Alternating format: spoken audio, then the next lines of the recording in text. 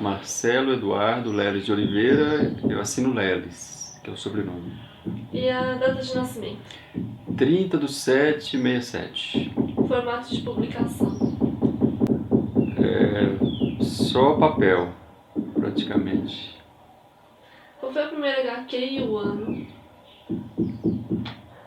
A primeira HQ foi em 1996, na revista Legenda, que tinha na antiga Fuma, que hoje é Escola Design, que eles tinham uma revistinha lá, chamada Legenda. Aí foi a primeira história que eu publiquei lá. Qual era o nome dela? Não tem tempo demais. Não lembro. Mas é engraçado isso, eu esqueci o nome da história. Qual foi a última HQ e o ano? Será que eu esqueci também? Pera aí. A última HQ foi... Foi engraçado, foi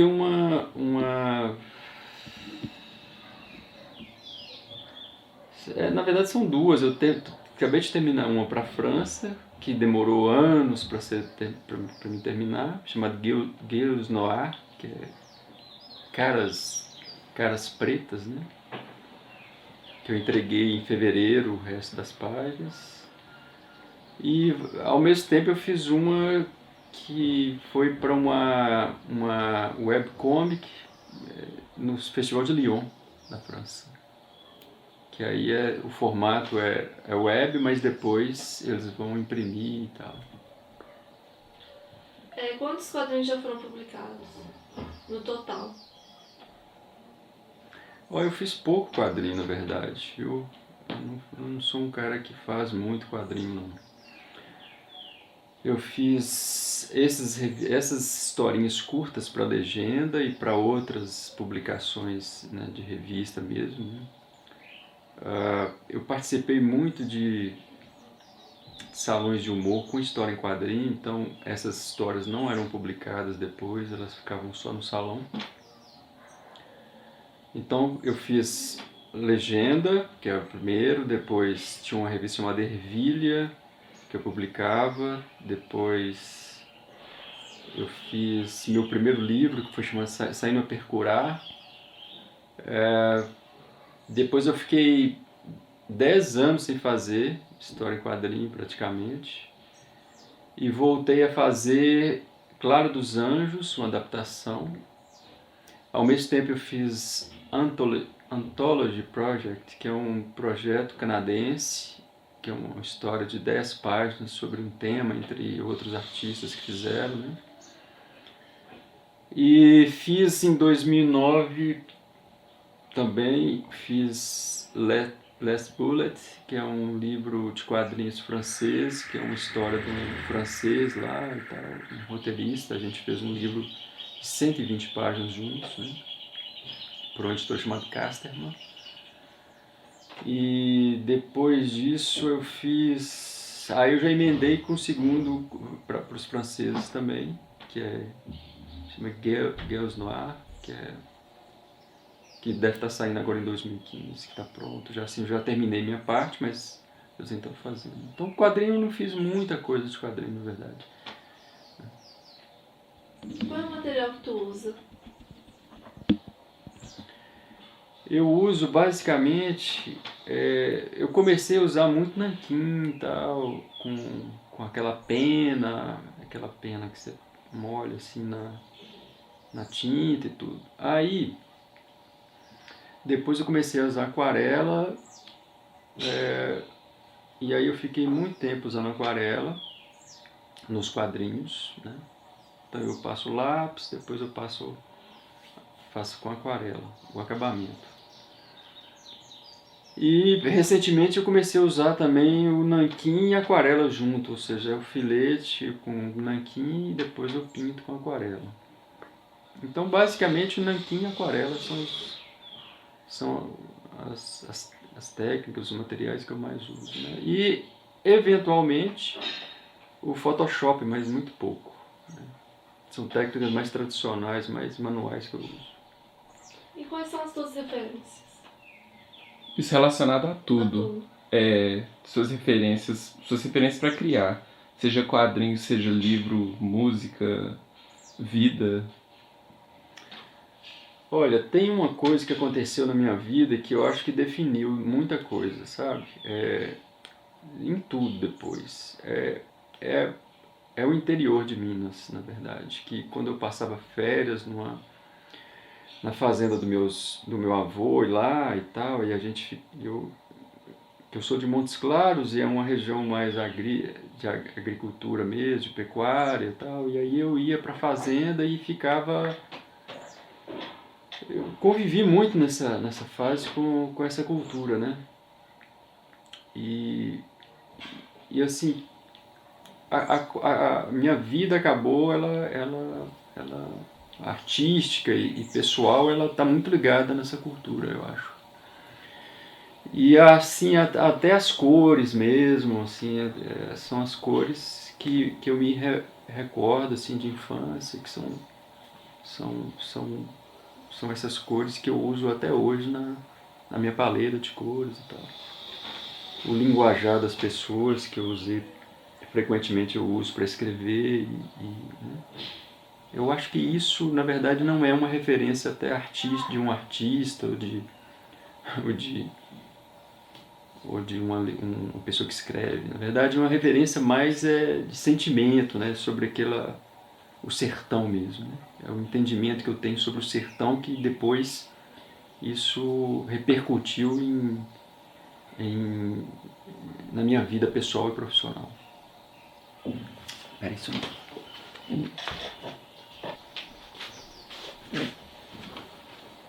Eu saí do ponto, puxa, desculpa. Não, sem problema. Se pudesse publicar um quadrinho que já existe, qual seria? Maus. Foi feito por quem? Ars Pigma. Sobre são os judeus, os guetos lá. E, nossa, é uma referência tão legal para quadrinista. É uma Maus. Além dos quadrinhos, o que tu mais sabe fazer? Nossa, quadrinho. Na área artística, nada. Não sei tocar violão, não sei cantar. Sou péssimo dançarino. Nossa, eu não sei. Nada.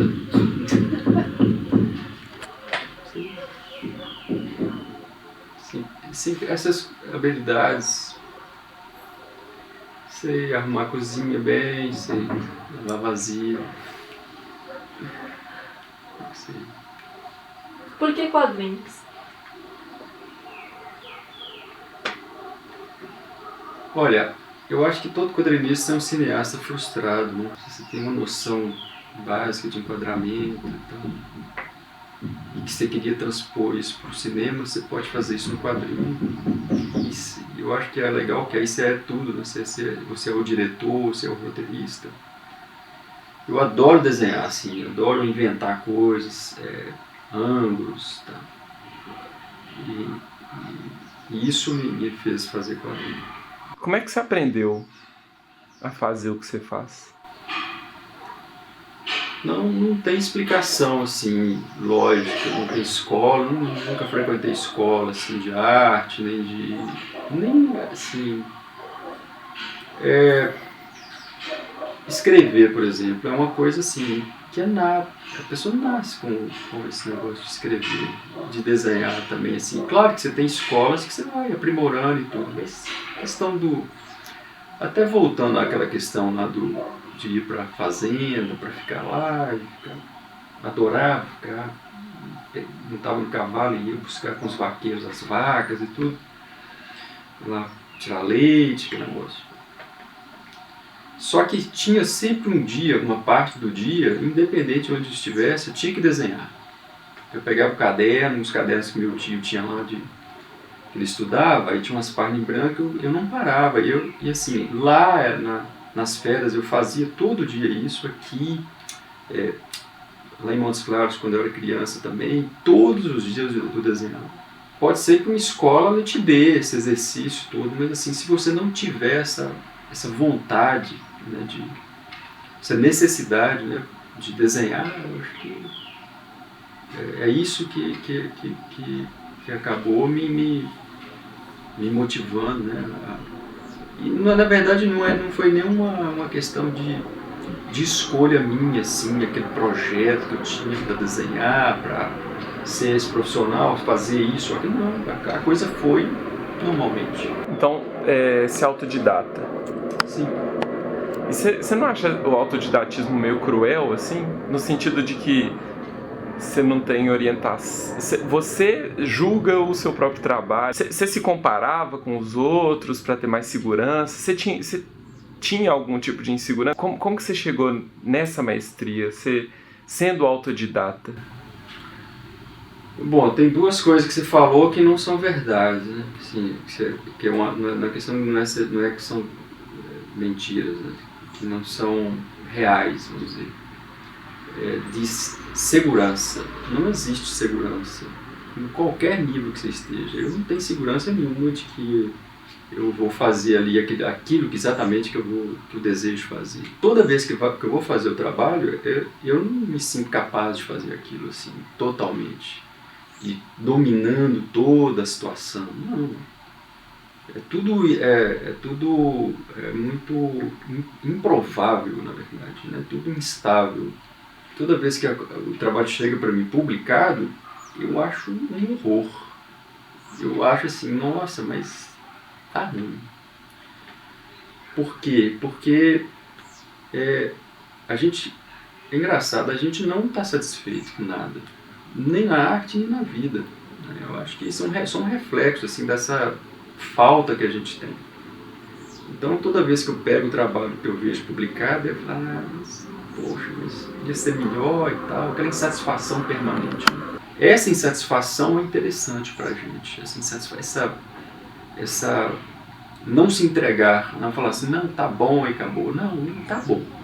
Pra mim não tá bom. Tem uma coisa que eu falo que eu não aconselho a ninguém, por exemplo, eu até falei já outras vezes, a questão de ser autodidata até não escrever. Eu evito ler os clássicos, assim, esses brasileiros muito bons que eu acho. Né?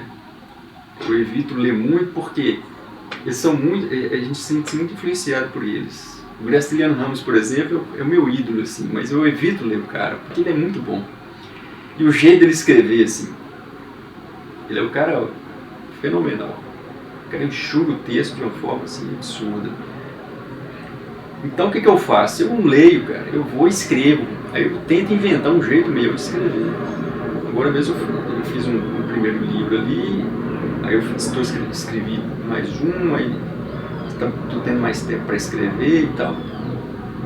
Aí eu tento evitar as influências todas para tentar arrumar um jeito de eu escrever para não ficar tão preso a técnicas e tudo, para tentar fazer assim a coisa ficar mais agradável para mim.